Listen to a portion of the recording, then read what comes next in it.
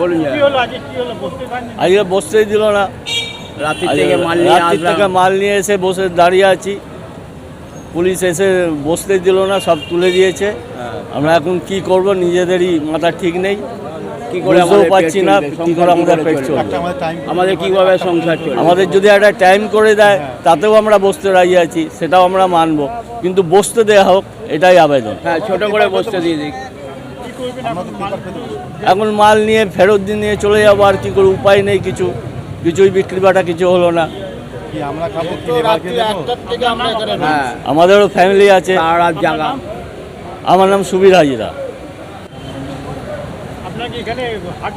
হ্যাঁ, আমরা হাট লাগাই সোমবার রবিবার রাত্রির থেকে, গভীর রাত্রি থেকে বসি। তারপরে সোমবারের দিন আমরা চলে যাই, আমাদের টাইমের মধ্যে আমরা বেরিয়ে চলে যাই। 8টা সাড়ে 8টা থেকে মাল গোছাতে শুরু করে 9টার মধ্যে আমরা রাস্তা ক্লিয়ার করে দিই।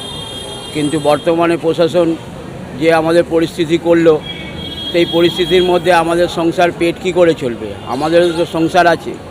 তো তার প্রশাসনকে আমাদের আমাদের এই যে হাজার হাজার লোক আজকে বসতে পারলেন না, তাদের তো একটা রুটি রুজির ব্যাপার আছে। আমরা এই একটা রাতে একটা দিনে হাট করে আমাদের সংসার চলে, আমরা তো রেগুলার বসি না।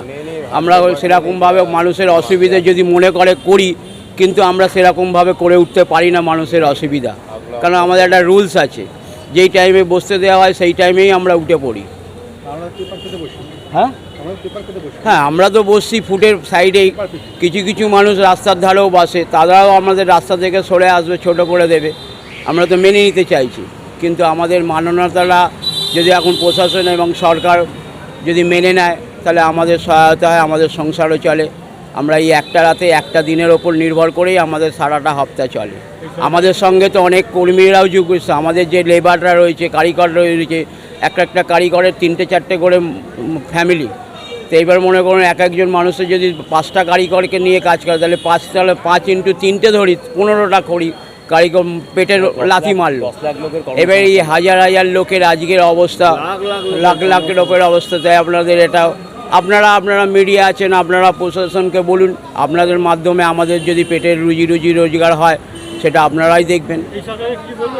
না, সরকারের ব্যাপারে আমরা কি বলতে যাব, সরকারের ব্যাপারে তো আমরা কিছু বলতে চাই না।